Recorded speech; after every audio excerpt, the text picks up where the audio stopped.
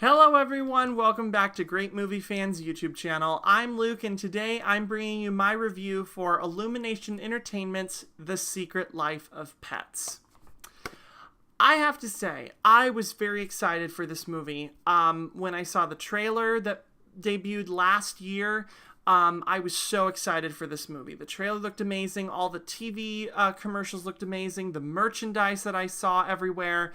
And when I finally watched the movie, I was laughing my butt off throughout the whole film. I thought it was funny. It was a beautifully animated, comedic romp that will just make you laugh at everything.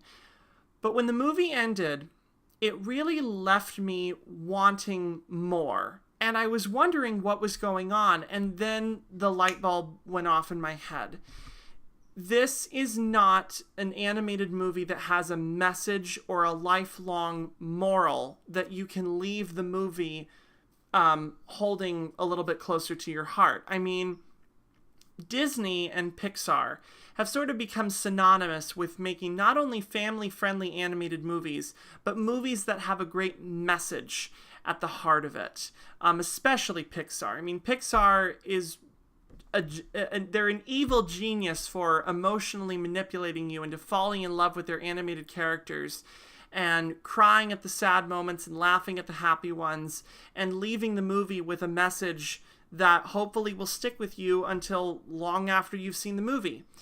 The Secret Life of Pets falls into the category of movies like Minions and The Angry Birds, where they're funny, they're wonderful to watch in the moment, but they do not have a message or moral that you can leave thinking about, which is why I would give the film an A-, maybe teetering on B+ average, because it was so much fun. I mean, I do have to put this out there. This is a very, like Minions and the Angry Birds movie, this is also a very adult animated film, and it just so happens, just like Minions and Angry Birds, it was made by a European film studio.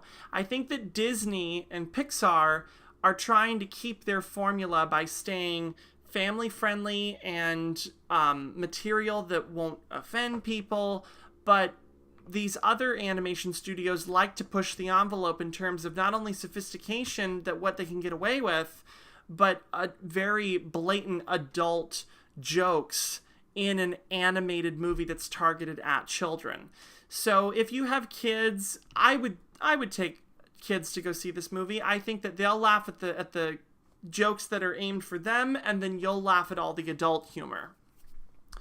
But I also put in my notes here that this movie is absolutely stunning in terms of its animation. The production design of New York City is gorgeous. And I think that along with Zootopia and Finding Dory, The Secret Life of Pets, I mean, these animated movies are on a roll in terms of production design. I'm seeing more beautiful production designs in animated films this year than I am in live action films, which is kind of interesting.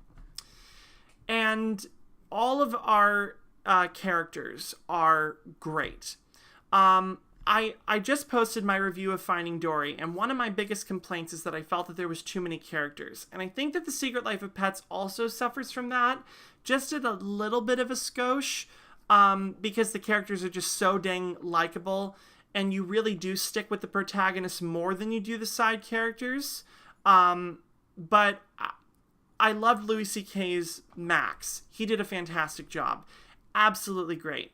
But I think it was Eric Stonestreet's Duke, which is the big, shaggy-haired dog that comes in to the apartment, and Katie, the owner, brings him home, and Max just doesn't like him. He's too big, he's too difficult, and Max is like, "You're invading my apartment, like, this is my territory." And then when he pisses off Duke, Duke is the one that ends up getting them locked in the back of that pound truck. That is not a spoiler because that is in the trailer. I'm not going to spoil anything for the movie, so don't worry about that.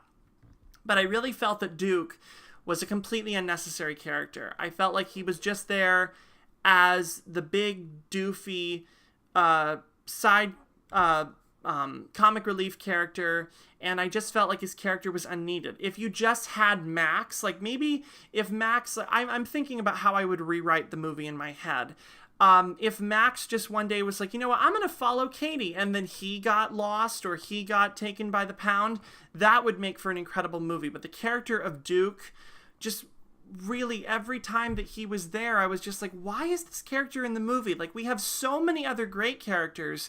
Why are we focusing on this one totally unnecessary character? The voice work was fantastic. Eric Stonestreet was great.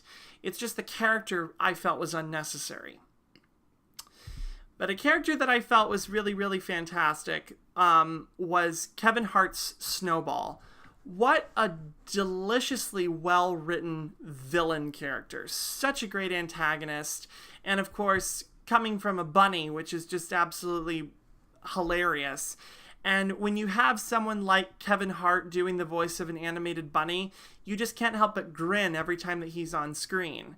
And I love Snowball. I thought he was a great villain when he needed to, and then he was a great funny character when he needed to. He played both sides very, very well. Jenny Slate as Gidget. What a lovable character. She was so funny. She was so she's the fluffy white dog who's in love with Max, who lives next door. And she leads all the supporting characters to go find Max, who's gone missing. And her voice is incredible.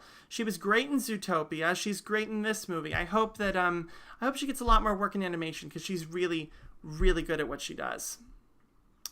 I'm running a little long here, so I'll just touch on Lake Bell as Chloe the cat. Fantastic. Great one-liners. I thought the animation that was timed perfectly with the lines was perfect with her.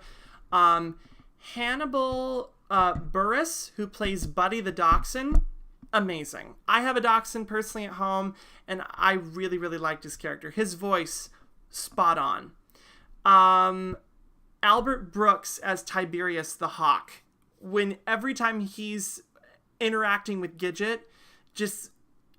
you'll love it. You'll absolutely love it. I don't want to spoil anything, but you will love it. He's amazing. Great, great voice work.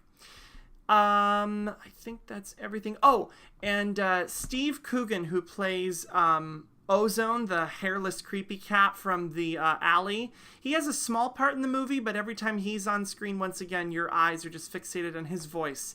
Is great. So that's my review for The Secret Life of Pets. As I said, A-B+ rating. It's a great, funny comedy romp. Take your kids to see it. It's a really, really charming movie.